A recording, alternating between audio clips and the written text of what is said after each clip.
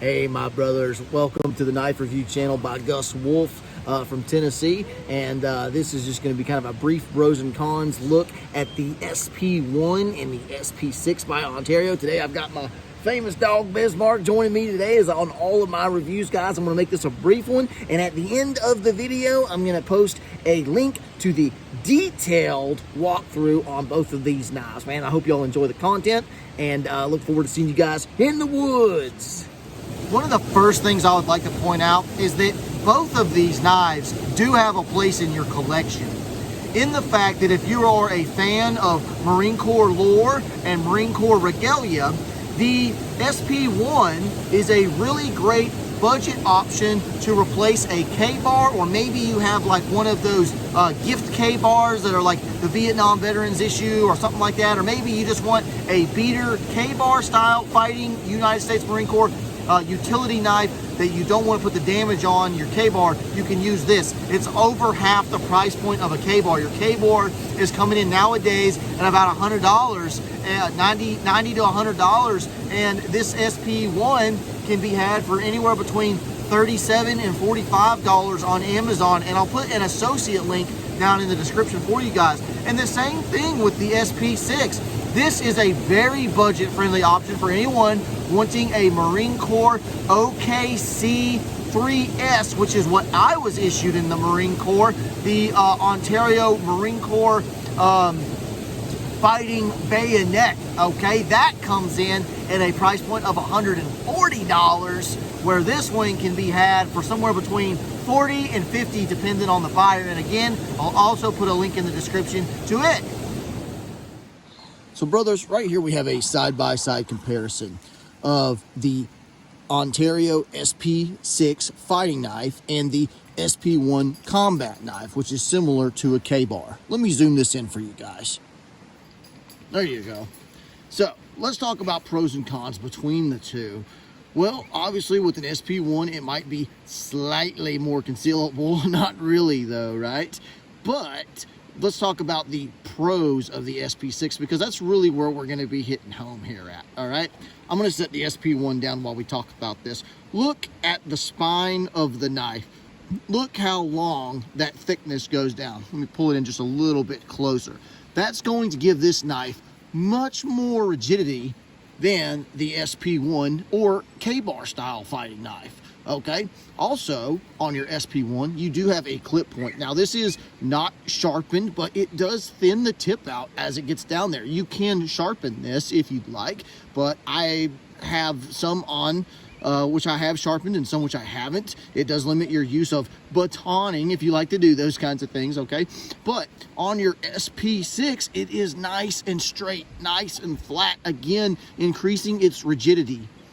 So let's talk about the cons of the SP6. Well, just as the SP6 is longer, which gives you better reach in fighting, gives you more chopping power when swinging, and again, increased chopping power because of that long thickness of the spine that goes down it. That con also comes into effect with sheaths available in the market, okay? We talked about the con or the sheath being not so good, not too appealing, but functional. Well, with the SP1 knife, you can actually fit this in a traditional K-bar sheath. You cannot do so with the SP6. Well, I mean, you can, but it'll stick out this much, right? So it limits the availability of affordable sheaths that you can put it in, and that is the con of the length. But if for functionality, there really is no con to this knife over the other one. You don't really need a fuller or a blood groove on this style of knife. This knife is a powerhouse, and it is very good for bushcraft uses. So what pros does the SP1 combat knife have over the SP6? Well, functionally, it doesn't have any pros. All right, the only pro to the SP1 that I have found in my use with both of these knives is that you can fit it in a standard K-bar sheath. Wow, look at that. goes right in there. No longer have to carry around that wonky flea market looking nylon sheath. All right, now when we try to put the SP6 in there, it just doesn't fit. I mean, it almost does, but look, you got about a 1/4 inch of the blade sticking out there and a good solid inch sticking out here. Okay, so your options for finding a sheath for the SP6 are going to be much more limited than the SP1. Now, this is very interesting about the spines of both knives. On the top, I do have the SP1, so as you can see, the thickness of it does go down to about here, whereas on the SP6, it begins to taper. But as we turn the knives over, y'all will see the length of that middle of the knife goes down much further, almost, man, like a full inch or more so than the SP1 does, right? Brothers, there is one more pro I would like to point out about the SP1 over the SP6, and that is the control factor. This knife right here, it just feels like you have a little bit better control over it when using it for bushcraft tasks, if you will, and that's probably because of the length of the blade. It just feels a little bit more wieldy on those tasks, like when I'm processing wood, when I'm feather sticking, things like that. I get a little bit, I just feel like I got a little bit more control over the knife.